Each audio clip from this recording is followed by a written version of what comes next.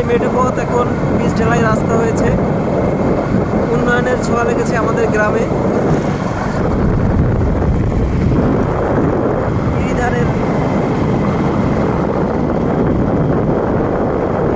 খেতে সুন্দর সংগ্রহ, কি সুন্দর রাস্তা। এই গ্রামের নাম হচ্ছে ধামসর। আপনারা অনেকেই করিমুদ্দিন মেলার নাম শুনে থাকবেন। সেই করিমুদ্দিন মেলা সামনে গেলেই আমরা দেখতে পাবো। যদিও বর্তমানে মেলা চলতেছে না, কিছুদিন আগে মেলা শেষ হয়েছে।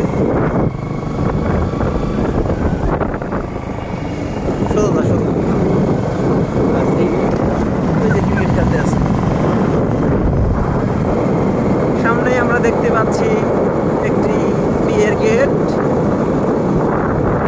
কিন্তু আজকে বিয়ে হচ্ছে না, এই জন্য আমরা খাইতে পারছি না। কাকু ভ্যান চালায়, বাসজার। এই যে সম্ভবত সেই ধামসরের মসজিদ করিমুদ্দিন। এই যে এদিকে গেলে সেই বিখ্যাত করিমুদ্দিন মেলা। আমাদের গাজীরপাড়ে কিছু করিমুদ্দিন বংশধর আছে। মেঠো পথে আমরা এসেছি এখন। এই যে গ্রামের মেঠো পথ দিয়ে আমরা মোটরসাইকেল চালিয়ে যাচ্ছি। কিছুদিন পরে এই মেঠো পথের অস্তিত্ব হয়তো বিলীন হয়ে যাবে, কারণ এখানে আধুনিকতার ছোঁয়ায় পিচ ঢালা রাস্তা হবে।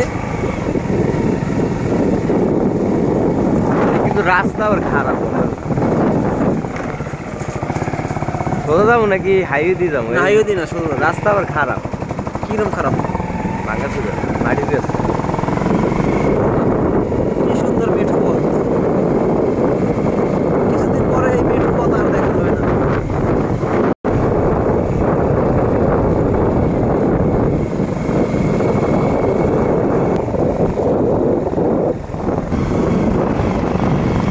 এটা বলছো কথা না, জস্তিনি করে সারাই আমি কইছি জস্তিরি আসি না না, জস্তিনি মোটর পিছে যাব, ঠিক আছে।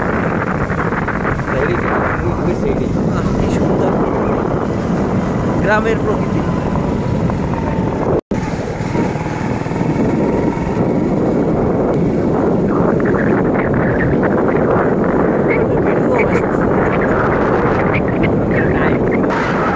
শিমুলতলা পড়ে আছে রাস্তায়।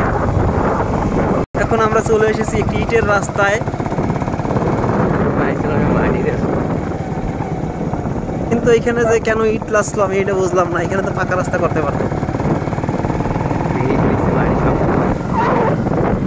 দেখেন বরিশালে মানুষ যে আলিশা, এর প্রমাণ দেখেন। কত জমি ফাঁকা রাখছে, কিছু কিছু জায়গায় বসে চাষও করছে। এই যে লাগাইছে কি যেন মটরশুটি।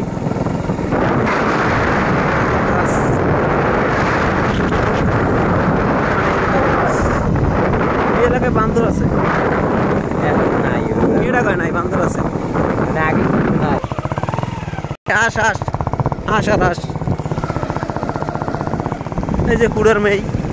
আমরা আইয়ে গেছি গ্রাম বাংলার ঐতিহ্য। এই যে দেখেন মুন্ডে পিঠা।